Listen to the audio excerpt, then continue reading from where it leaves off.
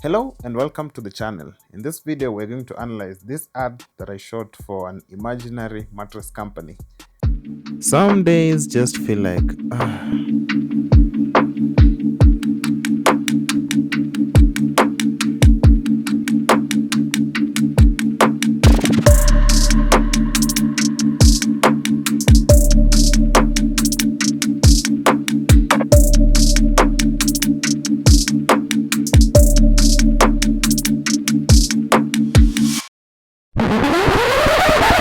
Okay, let's try that again.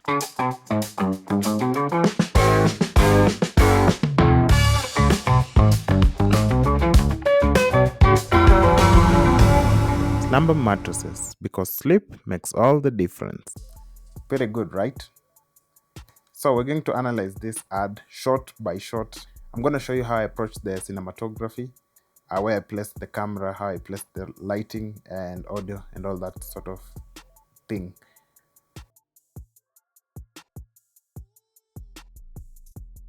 The concept for this video was simple. I wanted to show the character before he had good sleep and then after he had good sleep. So before he has good sleep, he struggles to get into a tune for the day. He struggles to complete tasks. He struggles to get motivation to do tasks. And then after he's had good sleep, his day goes better. And that's the whole concept, because it's a mattress ad. So we want to show the relationship between good sleep and a good day. So this is the first shot of the ad, and it's part of the montage that shows the sequence of events before he has a good night's sleep. Let's analyze the first shot. We'll start right there.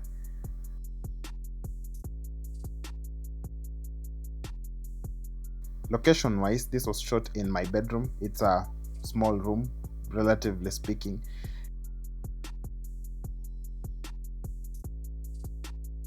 And then lighting wise, this was backlit. So what you're looking at here is actually the light. So if this is the room where the character is sat, is a bed right there, and then the character is sat here on the bed, and then the light is behind at the corner here, shining through like that. And then I have the camera on this side, pointing towards the character, and then there is a reflector right here on this side of his face. So what that does is it gives this nice highlight on his hair there. That's why you can see his hair is backlit, and you always want to do this. You always want to light from the back side. You always want the big light to be behind the camera rather than in front of the camera. That's always a good rule of thumb. So this reflector here, what it does is this, what you're seeing on his face on this side, as you can see, his face is properly lit on this side. There isn't a light coming from this side of his face. This is only a reflection from the light source that's behind him. So whatever you're seeing here is actually a reflection of the light from behind. So it's just a one light setup. Then on the side of the camera, there isn't a like negative field. It's just naturally the room doing its thing. So as you can see, it creates a nice contrast here, such that this side of his face is bright and then this other half of his face is dark. Then it creates a nice contrast, and that's what you want. You always want to shoot on the shadow side so that you can create nice contrast. Let's go on to the next scene.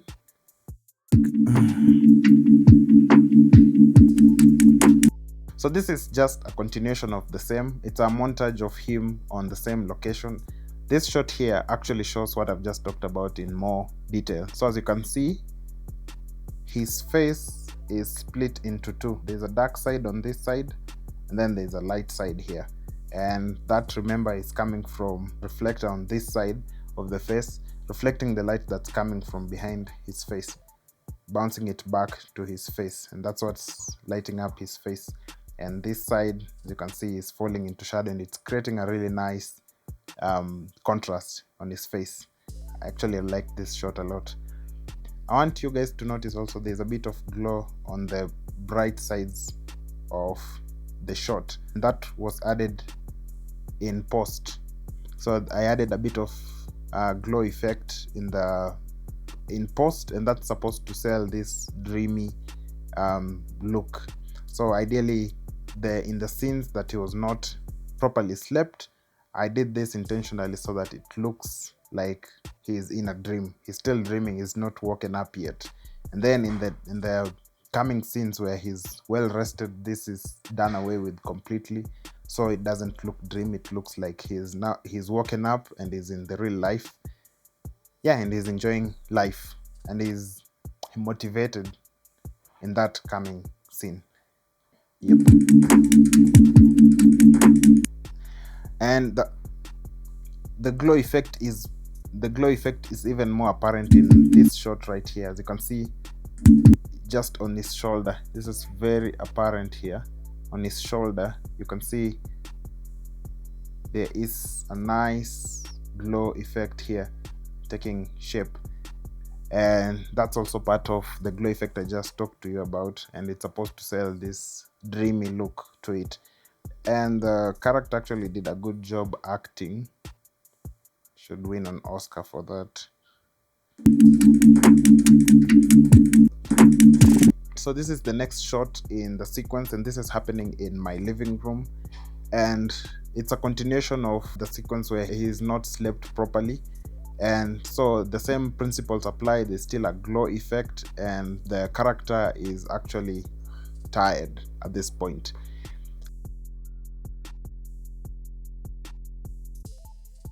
Lighting wise, this is a bit different from the previous shot.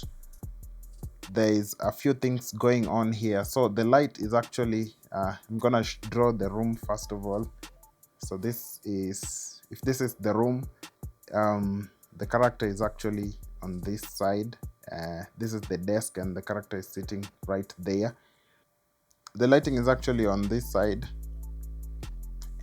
pointed towards the character, and it's being shot through a diffusion. There's a diffusion panel between the character and the light, just to soften the light so that it's not too harsh on his face. Because this wall here is white, there's a black material behind him. It's acting as negative fill, and that's what's happening on this side of his face. As you can see, this side is darker than this side of his face, and that's because of the dark material here.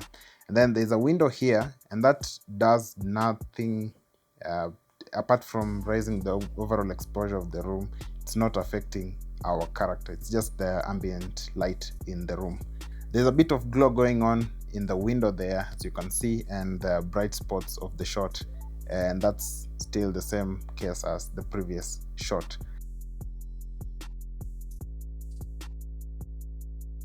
The camera is on this side of the room, this side, pointing this way towards the character, and as usual it's in the dark side of his face, and that's supposed to create a nice contrast. As you can see, this is the darkest side of the shot.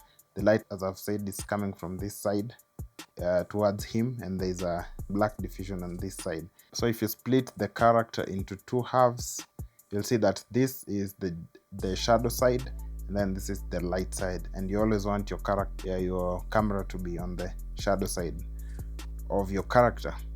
Yeah, and then just brought up the oranges in his face a little bit in post, because it looked a bit the same as the orange in this room. If you live in a rental in Kenya, you know the color I'm talking about, beige.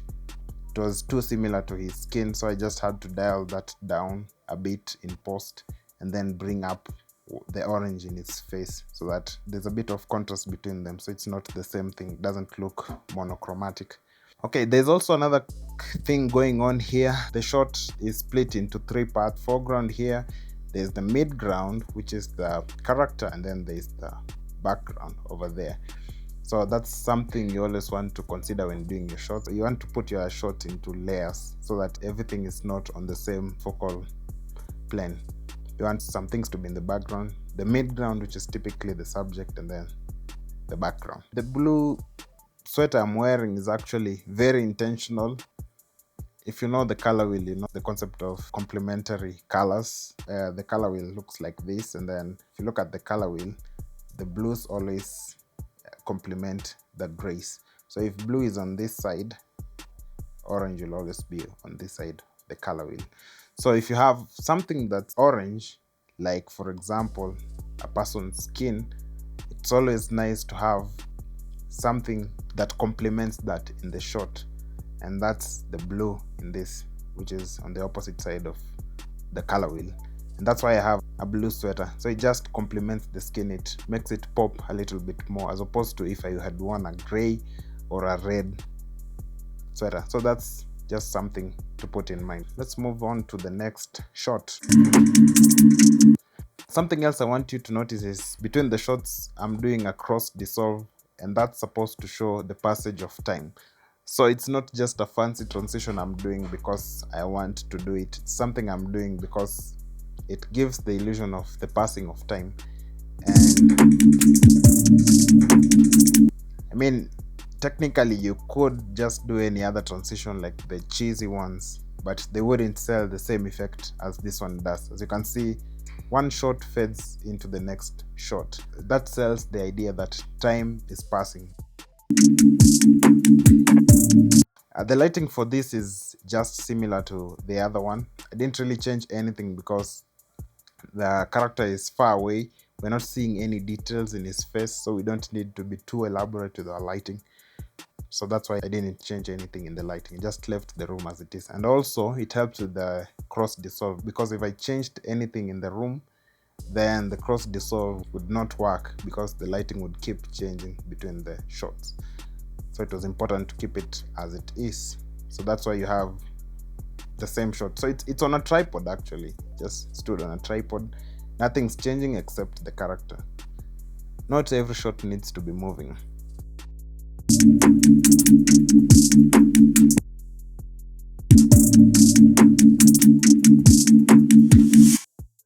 And that's the end of the first sequence where the character had not had enough sleep and therefore was unmotivated to work. And now we're moving into the next scene.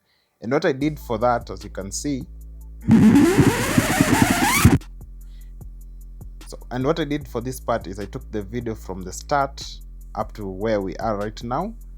I reversed it and then sped it up, and then added a glitch effect on top of that, and then added some bit of sound effect to show to sell the whole reversing idea. So it looks like the thing was reversed, going back in time.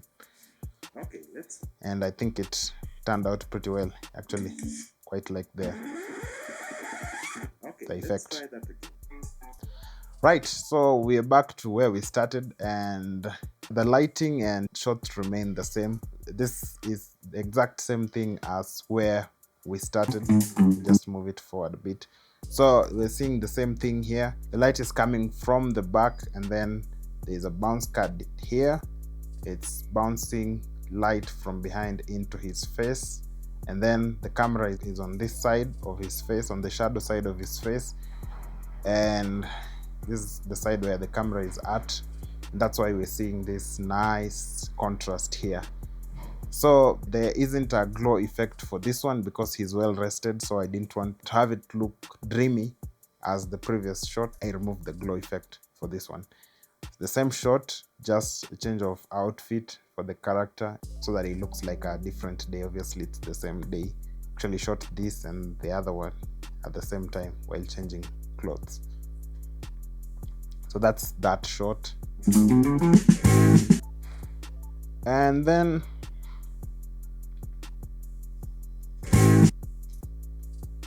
there is this shot here. There isn't too much going on here in terms of lighting. This is just a close-up shot of the keyboard. The character is now motivated to work, so I wanted to show them working. So this is a close-up of the keyboard. There isn't much going on lighting wise. I just lit the room properly so that it's properly exposed, and that's all I had to do there. Then there's a bit of movement. There's a pull back. The camera is pulling back as the fingers of the character being revealed in frame. That's all that's going on there. This is the same shot as before. Like I explained, the light is on this side, shining on the character. It's shining through a diffusion material so that we have nice soft light. The shadow fall off is nice and soft. There's a black material on this side, and that's what's creating this shadow on this side. As usual, we're shooting on the shadow side, and that's what's creating this nice contrast effect. And then also on this one, we have the foreground, we have the midground, and we have the background theme going on there.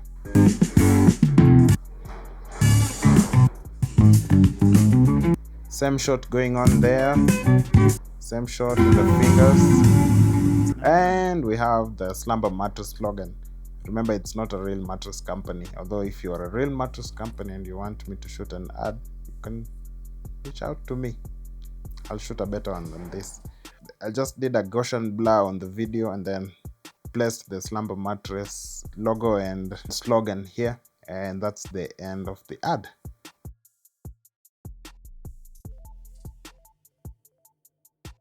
So it turned out pretty good. I liked the results for the effort that was put in. It's always a good practice to practice cinematography. If that means you have to shoot some spec ads, then well and good. And this is exactly what I did. I had some free time, a camera, and some lights. It was a good practice for my cinematography, and I would encourage you to do the same for yours. Anyway, that's it for today. Thanks for watching, and I'll see you in the next one.